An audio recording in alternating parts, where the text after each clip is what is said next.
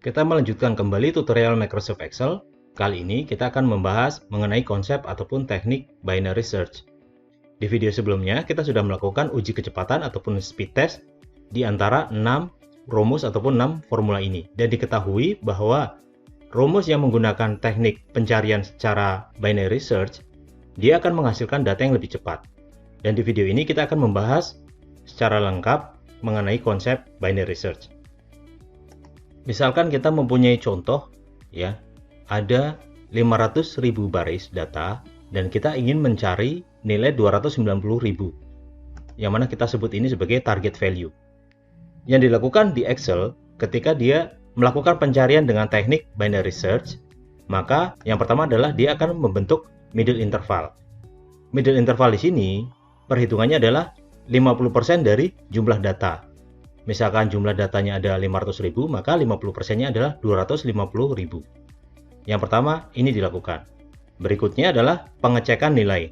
Ya, nilai di middle interval ini, atau kita sebut saja interval, nilai di interval ini berapa? Misalkan nilainya adalah 250. Maka, dia akan dilakukan pengecekan. Yang pertama adalah, apakah interval value ini sama dengan target value?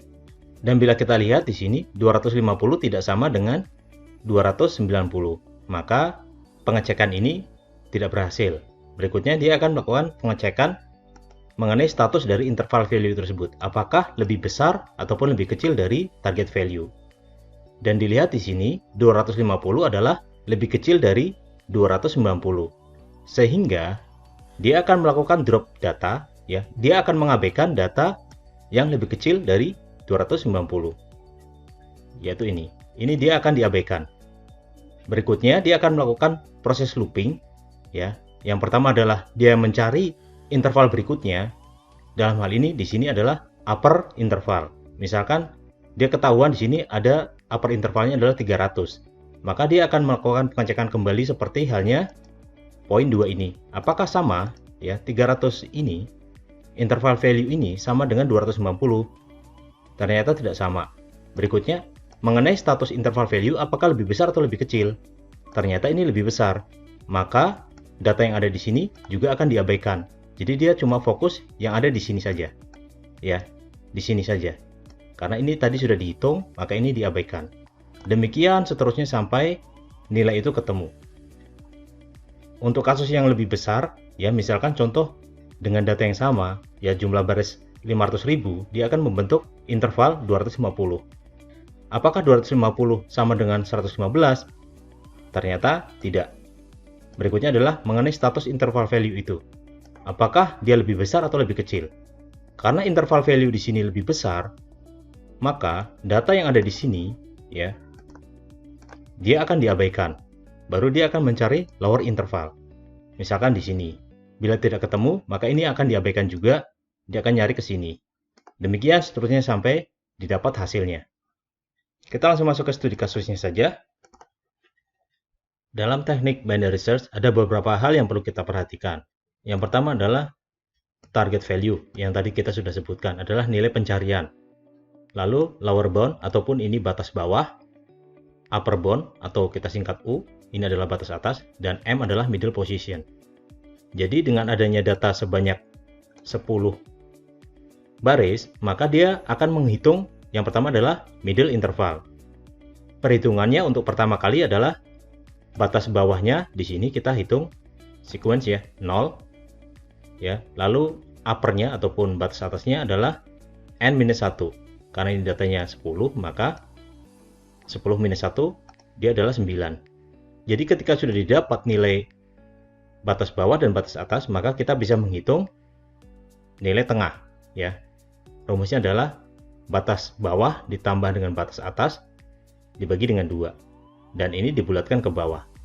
Jadi kalau misalnya kita lihat data ini, ya, dengan total barisnya adalah 10 dan L-nya di sini ketahuan adalah 0, ya. Lalu U-nya adalah 9, maka didapat nilai M-nya adalah 0 ditambah 9 sama dengan itu 9 dibagi dengan 2 adalah 4,5, lalu dibulatkan ke bawah adalah 4. Maka M-nya atau posisinya, ya, di sini M itu middle position, posisinya adalah 4 di sini.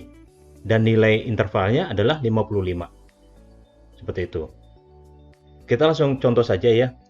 Misalkan kita mau mencari dari data ini adalah nilainya 55. Maka karena nilai pencariannya adalah 55 yang mana sama dengan middle interval ataupun interval yaitu 55, maka sistem langsung memberikan hasilnya bahwa data itu sudah ditemukan di sini. Ya. Bagaimana kalau misalnya contoh kita mau mencari nilai 94 misalkan. Ya. Misalkan 94 saya tekan oke. Ini saya tutup saja. Yang pertama dia akan mencari ini dulu ya. Jadi semuanya pasti dimulai dari middle interval. Lalu dia akan dilakukan pengecekan ya. Nilai M adalah 55 di sini. Saya menggunakan rumus XLOOKUP ya. Dia akan dicocokkan apakah 55 sama dengan 94? Tidak. Berikutnya adalah status dari interval value ini apakah lebih besar ataupun lebih kecil dari target value. Karena di sini lebih kecil, maka data yang ada di sini ya itu dia akan di drop. Ini di drop. Sorry, di sini di drop atau diabaikan. Seperti itu. Ya. Baru dia akan mencari interval berikutnya. Dalam hal ini adalah upper karena di sini middle, ini adalah lower, ini adalah upper. Berikutnya dia akan mencari ya, di looping dia datanya akan mencari upper interval berikutnya. Nah, untuk mencari interval berikutnya, dia harus memperhatikan kondisi. Ya, kita ketahui bahwa tadi di sini interval value lebih kecil daripada target value. Di sini adalah interval value, data ke M itu adalah interval value ya. Kalau kita lihat di sini kondisinya dengan data pencarian 94, diketahui bahwa yang pertama, loop yang pertama interval value lebih kecil daripada target value. Berarti kita memilih opsi ini. Maka untuk menghitung L-nya ataupun batas bawah, dia dihitung dari M plus 1. Kita ketahui bahwa di looping pertama M itu adalah 4. Ya, maka untuk looping yang kedua ini L-nya ya di sini sama dengan 4 ditambah 1. Berarti 5 di sini. Ya, ini 5. Berikutnya kita akan menghitung upper. Untuk upper, bila datanya itu lebih kecil daripada target value, maka uppernya tidak ada perubahan. Jadi sama seperti looping yang sebelumnya, uppernya adalah 9. Ya, ketika sudah ketahuan di sini L sama U, maka kita bisa menghitung M, yaitu M sama dengan L tambah U atau upper ditambah dengan lower atau batas bawah ditambah dengan batas atas dibagi 2. Kita hitung di sini 5 ditambah 9 sama dengan 14 dibagi dengan 2, 7. Maka M-nya adalah di baris ke-7 ini. Di sini kita masukkan M-nya dan didapat nilainya adalah 81. Benar ya, 81. Dia akan dicocokkan kembali. Ya, dicocokkan apakah 81 sama dengan 94? Ya. Tidak sama. Lalu berikutnya adalah dia akan mengecek status dari interval value ini apakah lebih besar atau lebih kecil. Ternyata lebih kecil. Ya, maka data yang ada di sini akan di drop, akan diabaikan lagi. Baru dia akan mencari interval berikutnya. Karena di sini statusnya lebih kecil, maka kita mengikuti rumus yang ini.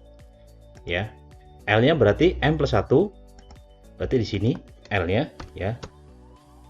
7 ditambah 1 sama dengan 8. Maka L-nya ada di sini.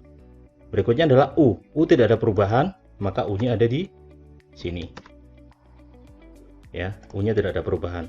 Sehingga diketahui nilai M-nya adalah 8 ditambah 9, yaitu sama dengan 17 dibagi dengan 2, ketemu 8,5 dibulatkan ke bawah, ketemu 8. Maka M-nya pun sama dengan L di sini.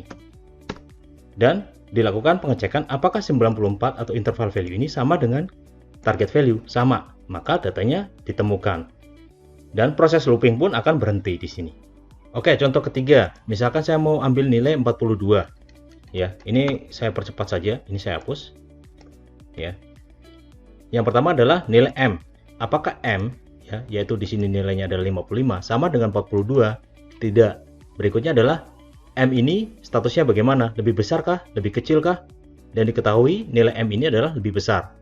Maka data yang ada di sini, ya, dia akan di drop, dia akan diabaikan. Baru fokus ke sini saja. Maka akan menggunakan rumus ini. L-nya adalah tidak ada perubahan di looping yang kedua, L-nya sama. Sementara uppernya adalah M-1. Kita ketahui di looping pertama ini, M-nya adalah 4, maka M-1 berarti 4 kurangin 1 sama dengan 3. Maka uppernya di sini adalah 3. Sehingga bila L dan U sudah diketahui, maka kita bisa menghitung M-nya adalah 0 ditambah dengan 3 dibagi 2 sama dengan 1,5, dibulatkan ke bawah, maka akan ketemu M-nya adalah 1 di sini. Lalu dilakukan pengecekan, ya, apakah interval value sama dengan target value? Jawabannya di sini adalah tidak sama, maka akan dilakukan pengecekan kembali. Status dari interval value ini bagaimana? Apakah lebih besar atau lebih kecil dari target value? Karena di sini lebih kecil, maka data yang 15 ini ke bawah dia akan diabaikan di sini. Sehingga dia akan mencari data yang tersisa di sini. Kita lanjutkan, looping yang ketiga berarti adalah karena statusnya di sini lebih kecil, maka menggunakan rumus ini. L sama dengan M plus 1. M-nya adalah 1, maka L-nya di sini adalah 2. Ya, lalu U-nya tidak ada perubahan, U-nya di sini tetap sama, sehingga M-nya adalah 2 ditambah 3 sama dengan 5 dibagi dengan 2, maka didapat hasilnya adalah 2,5. Dibulatkan ke bawah, maka M-nya adalah sama dengan 2. Jadi M-nya di sini adalah 2. Posisi urutan kedua didapat interval value-nya adalah 37. Lalu dilakukan pengecekan kembali. Ya. Di sini statusnya adalah 37 lebih kecil daripada 42. Ya, maka menggunakan rumus ini kembali. Sehingga L untuk looping berikutnya sama dengan M plus 1, yaitu 2 ditambah 1, L-nya di sini. Ya. Lalu U-nya tidak ada perubahan dari looping sebelumnya, berarti U-nya ada di sini.